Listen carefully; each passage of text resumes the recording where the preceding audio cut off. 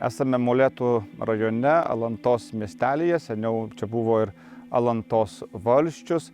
Ir ši vieta ypatingai yra susijusi su palaimintuoju Teofiliumi Matulioniu. Šioje bažnyčioje 1870 metais vasario 1 dieną susituokė Teofiliaus Matulionio tėveliai, Ona Juočepytė ir Jurgis Matulionis. Jų pagrindinis piršlys buvo vietinis klebonas, kuris būtent Jurgiui Matulioniui prirodė, parodė, patarė būtent vesti Oną Juočepytę ir jisai paklausė, kad čia klebono pasirinkimas turi būti geras ir pasipiršo jai.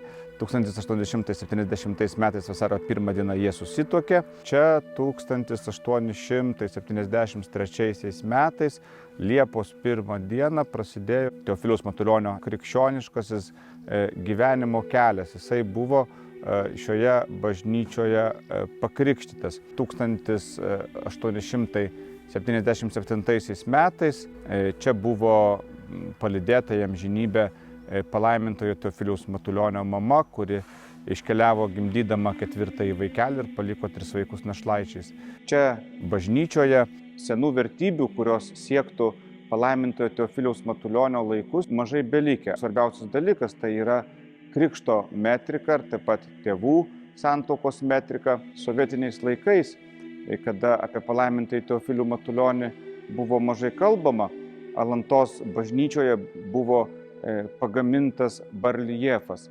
Tai vienas bareljefas pagamintas lietuvių tautos patriarchui, mūsų tautos tėvui, vyskupui Motiejui Valančiui, ir kitas bareljefas skulptūra, tai yra palaimintajam Teofiliui Matulioniui, vyskupui kankiniui, garbingam šio krašto sūnui. Taigi Alanta visą laiką labai traukė palaimintąjį Teofilių. Įdomu, kad čia visada buvo saugomas jo atminimas. Esame Kudoriškių vienkiemyje prie kryžiaus, kurio pagrindinė tokia mintis būtų per kryžių į žvaigždes. Ši vieta Matulionio gyvenime buvo kažkur 5 metus, tačiau mes žinome, kad ten, kur žmogus išmoksta vaikščioti, ten, kur žmogus išmoksta kalbėti, ta vieta visuomet yra pati svarbiausia žmogaus gyvenime. Taigi vyskupas Teofilius labai mylėjo šitą vietą ir su ypatingu tokiu saldumu, su ypatinga pagarba visada ištardavo Kudoriškio pavadinimą. Ši vieta tikrai artimai susijusi ir menanti palaimintojo Teofiliaus Matulionio gyvenimo pirmuosius pėdsakus.